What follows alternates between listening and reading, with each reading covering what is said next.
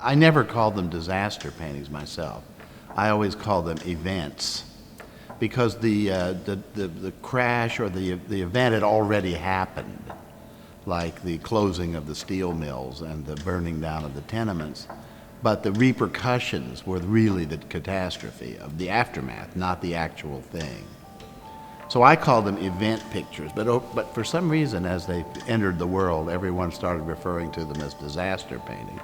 So, which is what they are. They are disasters, but in a broader sense than simply a car crash or a train wreck or something. These were chemical spills. These were burning down of neighborhoods. This was the gutting of the industrial base. People had in mind what they wanted to call them, and I decided that disaster pictures, it fits the bill. The process came out of working in construction and being involved with artists who worked inside buildings.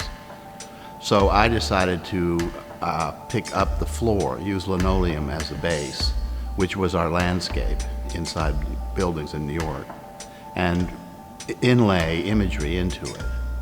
But I would end up cutting the tile out into the shapes I wanted and filling it with tar and then cleaning it off. And as I did that, it made these sepia swirls that reminded me of Turner and these kinds of sooty, gritty imagery. And the colors were always the same, yellow and blue tile and the black tar. And the black tar made the scrumbling and the sepia colors that you see swirl around inside it. So that's really the process, was cutting, burning, and slopping.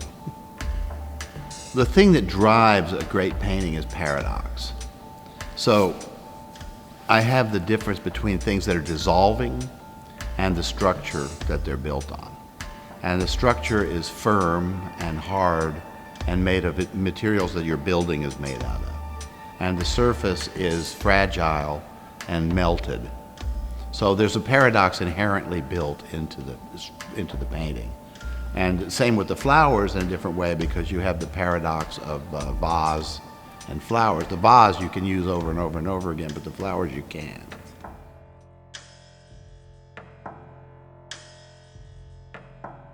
The power of a painting isn't the size per se, it's the size of the image within the size you use, the scale. Poison Nocturne is an image of a chemical spill under the Goethals Bridge that spans between New Jersey and Staten Island. And it was such a serious spill that they had to evacuate 4 or 5 square miles of New Jersey.